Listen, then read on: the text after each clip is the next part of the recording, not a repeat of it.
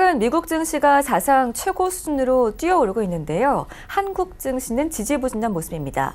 한미 증시 간 소위 말하는 탈동조화, 디커플링 현상이 심해지고 있는데요. 우리 증시는 왜 주춤한 건지 원인을 짚어보고 앞으로의 전망까지 들어보겠습니다. 증권팀 양한나 기자와 자세한 이야기 나눠보겠습니다. 안녕하세요. 네, 안녕하세요. 네, 양 기자, 미국 증시는 요즘 최고 기록을 세우고 있다죠? 네, 그렇습니다. 미국 증시는 그야말로 파죽지세를 이어가고 있습니다. 지난주에 3대 지수가 모두 사상 최고치를 경신을 했습니다. S&P 지수가 처음으로 3,000선을 뚫었고요. 다우 지수도 사상 첫 27,000선을 돌파했습니다. 이달 미국이 기준금리 인하에 나설 것이라는 전망이 거의 확실시 되면서 유동성이 커질 것이라는 기대감이 영향을 미쳤고요. 또 미국 경제에 대한 낙관적인 시각이 이어지면서 글로벌 투자 자금이 계속해서 유입되고 있다는 점도 상승세를 더 부추겼습니다. 그런데 이제 국내 증시의 경우에는 위기라는 평가가 나올 정도로 지지부진한 상황이고요. 앞으로도 당분간 이 증시를 반전을 시켜줄 만한 큰 호재를 기대하기는 어려운 상황입니다. 네, 보통 미국 시장이 좋으면 우리나라에까지도 긍정적인 영향을 미치기 마련인데요. 네. 이번에는 왜 이렇게 디커플링 현상이 나타나는 걸까요? 네, 이 디커플링, 이 나라와 나라 사이의 경제 흐름이 같은 흐름을 보인다고 일컫는 커플링의 반대말입니다. 말 그대로 미국 증시는 호황인데 국내 증시는 죽을 쓰고 있습니다. 원인은 여러 가지인 것으로 해석됩니다. 우선 일본과 우리 정부 간의 갈등이라는 이 정치적 요소, 대외 악재가 증시 부진에 한 몫을 하고 있는데요. 잘 아시다시피 일본이 한국에 대한 수출 규제 조치를 발표한 지 지금 보름이 흘렀고 이게 여전히 우리 시장에 대한 투자 심리를 좋지 않게 만드는 원인이 되고 있습니다. 두 번째로는 이제 실적 시즌에 들어가는데 여기에 대한 자신감이 없는 거죠. 우리나라 올해 성장률 전망치가 작년에 비해서 의미 있게 떨어지고 있습니다. 이 때문에 오는 18일 목요일에 열리게 되는 한국은행 금통위에서도 우리 경제 성장률 전망치를 얼마 정도 하향을 시킬지가 또 시장의 관심사인데요. 2.3% 정도가 될 것이라는 전망이 다분합니다. 이 성장률이 이렇게 좋지 않다는 것은 수출이 타격을 받고 있다는 걸 의미를 하는데요.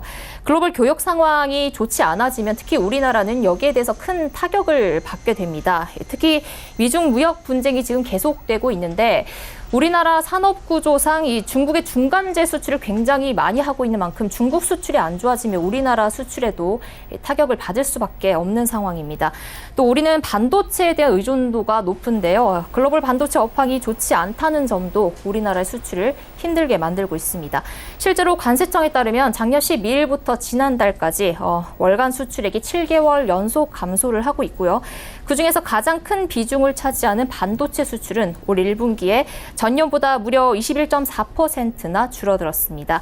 더 구체적으로 들어가 보면 이 코스닥 시장을 이끌고 있는 제약바이오 업종에서 임상 실패 케이스가 여러 등장하면서 또 추가적인 악재가 되고 있는 모습입니다. 네, 여기에다가 지금 미국의 기준금리 이야기도 꾸준하게 나오고 있는데요. 네. 미국에서 금리를 인하하게 된다면은 우리나라 증시에는 어떤 영향을 미치게 될까요? 네, 제롬 파월 미 연준 의장이 금리 인하를 강하게 시사하면서 우리나라에서도 이르면 오는 18일, 늦어도 내달 31일에는 금통위가 열리면서 기준금리를 낮출 것으로 전망이 되고요.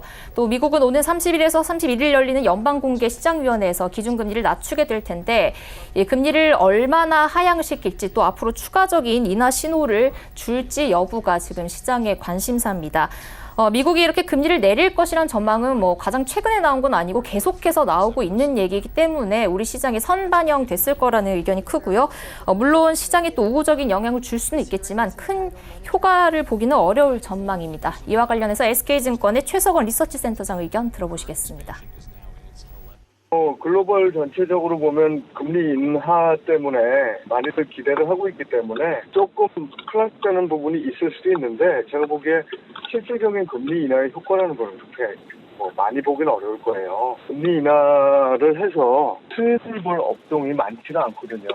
수혜를 좋아져야 되는데 금리 인하한다고 수혜이 좋아질 거냐. 그 환율이 굉장히 절하가 되면 모르겠는데 그것도 제가 보기에는 만만치 않은 일. 금리 인하의 효과 때문에 우리 주가가 그때부터 추세적으로 올라간다 이렇게 보기도 좀 어려운 것 같아요. 물론 조금 우호적으로 바뀌는 경향이 있긴 있습니다만. 네, 일본의 수출 규제가 우리나라 증시에 계속해서 악재가 되고 있어서 걱정이 되는데요. 네.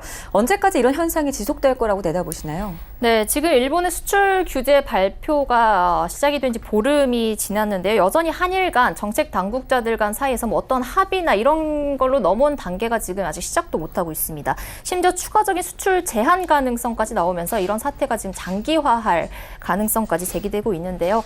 이 일본 간의 갈등이라는 악재를 덮어버릴 만한 그 정도의 이제 큰 새로운 호재가 만약에 등장을 하게 된다면 또 시장이 좋아질 수 있겠죠. 뭐 예를 들어서 뭐 중국 쪽에서 부양 관련 정책이 나온다던가 뭐 미중 무역 분쟁이 좀 해결될 조짐을 보이면서 미국과 중국이 악수하는 그런 분위기로 간다면 또 우리 뭐 원화 강세가 일어나고 또 이머징 마켓 수요 증가가 되면서 시장에 좋은 영향을 줄 텐데 그만큼의 강력한 호재가 등장하지 않는 이상은 이 일본의 수출 규제가 계속해서 우리 시장에 악재로 작용을 할 전망입니다. 특히 이게 한일 정부 간의 어떤 정치적인 문제들이 끼어 있는 부분이기 때문에 이에 대한 합의가 빠르게 나올 것이라고 전망이 되고 있지는 않고요.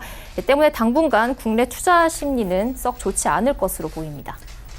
네, 그럼 당장 국내 시장 이번 주 증시 증권가에서는 어떻게 전망하고 있을까요?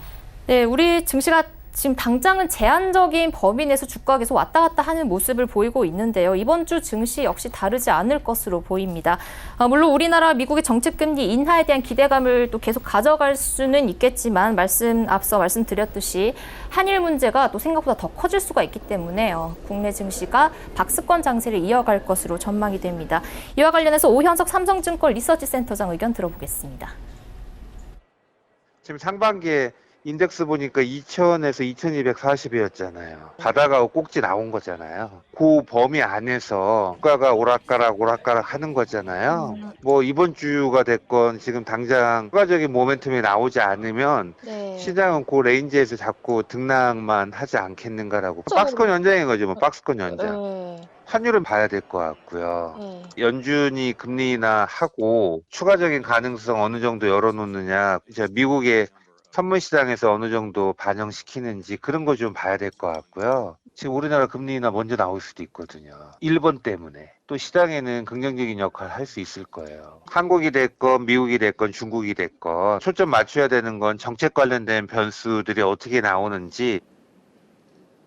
네, 그러니까 현재 정치적 문제가 시장의 불확실성을 키우고 있기 때문에 이런 기관에서 정책적인 걸로 이 불확실성을 좀 줄이려고 노력을 하고 있기 때문에 앞으로 이제 정책 관련 이슈, 정책 관련 변수 쪽으로 좀 초점을 맞춰보라는 의견이었습니다. 네, 양한나 기자와 함께 국내 증시 전망에 대해서 자세하게 짚어봤습니다. 양 기자 오늘 말씀 고맙습니다.